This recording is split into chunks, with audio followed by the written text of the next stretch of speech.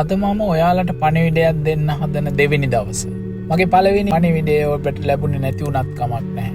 අද දවසේ අහම්බෙන් හරි මේක අහන්න ලැබුණොත් ටිකක් දිගට අහගෙන යන්න. අපි නිතරම මම උත්සාහ කරන්නේ අපේ පැත්තට හැරිලා යම් දෙයක් ඉගෙන ගන්න. මම ඔබට කියලා දෙන්න හදන්නේ මේ සමාජයට අපි වෛර නොකරන්න ඕනේ ඇයි කියලා. මේ සමාජෙ දිහා සතුටු සිතින් අපි බලන්න ඕනේ ඇයි කියලා. විශේෂයෙන්ම අපි ඉස්කෝලේ යන වයසේදී, අපි එතනින් ඉහළට අධ්‍යාපනය ලබන වයසේදී, අපි එතනින් ඉහළට ගිහිල්ලා මේ සමාජයට යම්කිසි සේවයක් කරන වෘත්තියක හෝ වෙනම කාර්යයක නියැලිලා ඉන්න අවස්ථාවේදී ඇයි අපි මේ සමාජයට සේවයක් කරන්න ඕනේ? ඇයි අපි මේ සමාජෙ මිනිස්සුන්ව සතුටින් තියන්න උත්සාහ කරන්න ඕනේ? ඒක කවදා හරි ඔබ හිතලා නැත්නම් ඔබේ පැත්තට හැරිලා ඇයි අපි එහෙම කරන්න ඕනේ?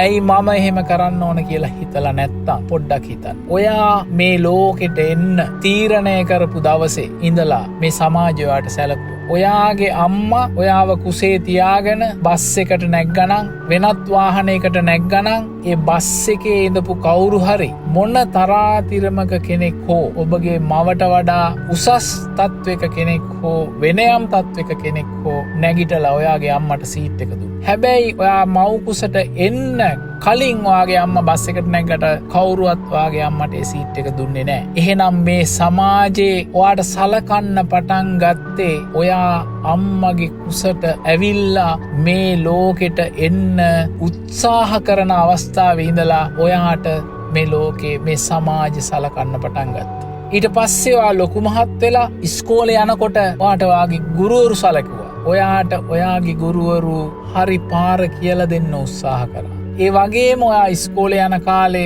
ඔයාගේ පාසල් නිල ඇඳුමට හැමෝම සැලකුවා. ඔයාව තවත් ඉස්සරහට යද්දී ඔයාට වගකීම් දරන්න පුළුවන් තත්ත්වයට එද්දී ඔයා මේ සමාජ වෙනුවෙන් යමක් කරයි කියලා සමාජය ඔයාට සැලකුවා. හැබැයි මේ සමාජයේ ඉන්න හැමෝම එක විදිය නැහැ. මේ සමාජයේ විවිධාකාර මිනිස්සු ඉන්නවා.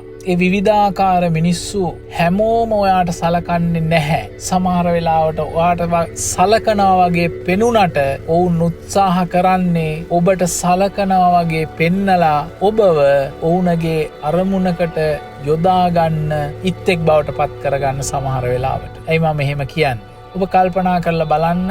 ඔබ උසස් අධ්‍යාපන ආයතන දිහා බලන්න, පාසල දිහා බලන්න, වෙනත් ආයතන දිහා බලන්න. ඔබ නිකමට කල්පනා කරලා බලන්න මේ ලංකාවේ මේ උසස් අධ්‍යාපන ආයතන බිහි වුණේ දැනට වසර ගණනාවකට කලින්. වසර 30කට 40කට 50කට කලින්, සමහර විට ඊටත් කලින්. එහෙමනම් එදා අද හැම දවසකම ඔබ දන්නවා ඔය උසස් අධ්‍යාපන ආයතන තුල හිටියා, ඉන්නවා, ඉස්සරහටත් ඉඳීවි.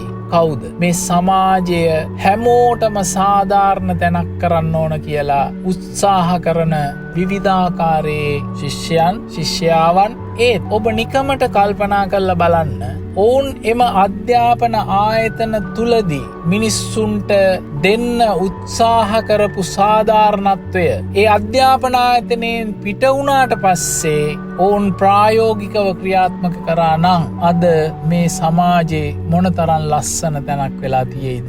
අද මේ සමාජයේ මිනිස්සු කොච්චර සතුටින් ජීවත් වෙයිද? අද මේ සමාජයේ මොන විදියට පරිවර්තනය වෙලා තියෙයිද? ඒත් එහෙම වෙලා නැහැ. ඒ වගේම අපි අවුරුදු ගණනාවක්, අවුරුදු 100 ගණනක් බණ අහලා තියෙනවා. අවුරුදු 100 ගණනක් මිනිස්සු වෙනත් ආගම් අදහලා තියෙනවා. මේ කිසිම ආගමික නායකයෙක් කිසිම කෙනෙකුට අයහපත් දෙයක් කියලා දීලා නැහැ. එතකොට මේක යහපත්, මේක අයහපත් කියලා දෙන අතරෙම යහපත් දේ කරන්න කියලායි අපිට කියලා තියෙන්නේ.